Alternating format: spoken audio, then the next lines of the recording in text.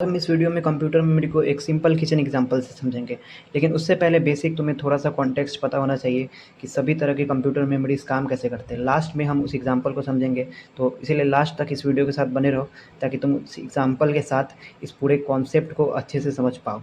तो सबसे पहले होता है हमारा हार्ड डिस्क। हार्ड डिस्क में हम लोग क्या स्टोर करते हैं? हार्ड डिस्क में हम परमानेंटली डेटा को स्टोर करके रख सकते हैं।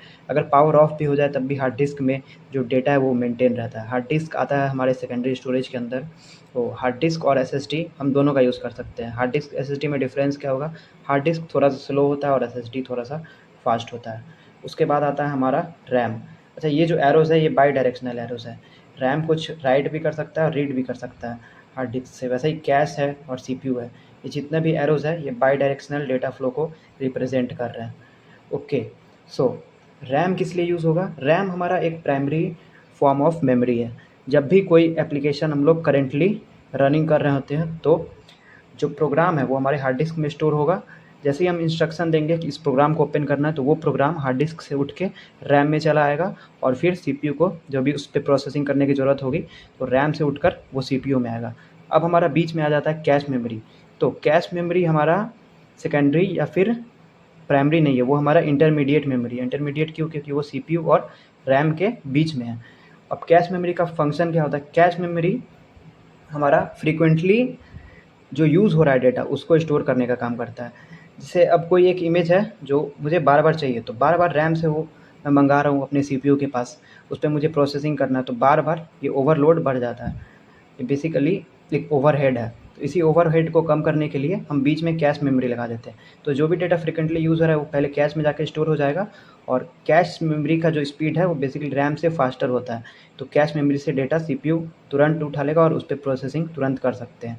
अब लेफ़्ट टू राइट देखें तो हमारे सीपीयू में होते हैं रजिस्टर्स, बीच में लगा है कैश मेमोरी, फिर रैम और फिर हार्ड डिस्क। तो कैपेसिटी हमारा इंक्रीज़ करता है। अब जैसे जो रजिस्टर्स है उसका साइज़ सबसे छोटा होगा, उससे ज़्यादा साइज़ कैश का और फिर रैम का और फिर हार्ड डिस्क का। फिर से अगर लेफ़्ट टू राइट फैशन में देखें तो हमारा कॉस्ट जो है वो डिक्रीज़ करते जाएगा। जैसे रजिस्टर्स हो गए वो सबसे कॉस्टली होंगे, उससे कम कॉस्टली होगा कैश, उससे कम कॉस्टली होगा रैम और सबसे कम कॉस्टली हमारा हार्ड डिस्क पड़ेगा। अब इनमें साइज़ की बात करें तो रजिस्टर्स हमारा डेटा स्टोर करते हैं, बिट्स साइज़ की कैपेसिटी होती है हमारे रजिस्टर की।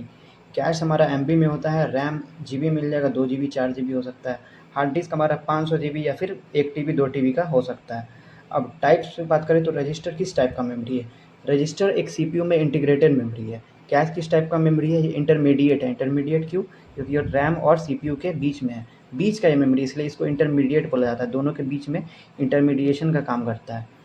उसके बाद प्राइमरी मेमोरी हम रैम को बोलते हैं क्योंकि प्राइमरीली जो भी प्रोसेसेस रन करते हैं वो हमारे कहाँ पे स्टोर होंगे? वो हमारे रैम में स्टोर होंगे। और रैम को वोलेटाइल मेमोरी क्यों बोला जाता है? क्योंकि जब तक करंट है सीपीयू में तब तक रैम में डेटा स्टोर्ड है। जैसे ही पावर ऑफ करेंगे हम कंप्यूटर को तो रैम का डेटा फ्लश आउट हो जाएगा, इसलिए इसको परमानेंटली या फिर वोलेटाइल मेमोरी बोलते हैं। वोलेटाइल मतलब रैम भूल जाता है डेटा को, और हार्ड डिस्क को नॉन वोलेटाइल बोलते हैं क्योंकि ये डेटा परमानेंटली स्टोर करता है, डेटा को भूलता नहीं है। हमारा वही है वोलेटाइल नॉन वोलेटाइल। तो रजिस्टर, कैश, रैम ये तीनों जो होंगे वोलेटाइल होंगे, मतलब इनमें का जो डेटा होगा कंप्यूटर में वो पावर ऑफ होने के बाद परमानेंटली सेव नहीं होता है। परमानेंटली हमारा कहाँ पे सेव होगा? वो हार्ड डिस्क में सेव होता है। आते हैं हमारे उस किचन वाले एग्जांपल पे। मान लो कि तुमने चावल बनाया, तो चावल को किस में स्टोर करोगे? पतीले में। तो परमानेंटली हम चावल को कहाँ पे रखेंगे? जैसे चावल तुम मान के चलो दिन भर खाओगे, तो दिन भर के लिए तुम इस पतीले में स्टोर करके रखोगे, मतलब परमानेंटली स्टोर कर रहे हो। तो वैसे ही हम लोग डेटा हार्ड डिस्क में स्टोर करते हैं कंप्यूटर में परमानेंटली। हमें जब भी ज़रूरत होती है तो हम उस डेटा को रैम में उठा कर लाते हैं या फिर उस प्रोग्राम को रैम में उठा कर लाते हैं, रन करते हैं। जैसे किचन में तुम पतीले में से उठा के प्लेट में लाओगे, तुम्हें उस टाइम करेंटली खाना है खाने को, वैसे ही करेंटली उस प्रोग्राम पे रन करना, वर्क करना, उस पर प्रोसेसिंग करना है। तो करेंट जो भी काम होगा वो हमारा रैम में होगा। उसके बाद वैसे ही स्पून हो गया, स्पून से जैसे हम लोग फास्ट खा सकते हैं तो वैसे ही कंप्यूटर में होता है कैश मेमोरी, फास्ट एक्सेस करने के लिए होता है। फास्ट जो भी डेटा हमें चाहिए तुरंत तुरंत, जो भी फ्रीक्वेंटली यूज़ हो रहा है, जैसे फ्रीक्वेंटली हम एक ही चीज़ उठाकर खा रहे हैं तो फास्ट खा सकते हैं, वैसे ही कैश मेमोरी में ऐसा डेटा रखा होगा जो फ्रीक्वेंटली सीपीयू को नीड है। तो इसीलिए प्रोसेसिंग फास्ट हो सके इसलिए कैश मेमोरी का हम लोग यूज़ करते हैं।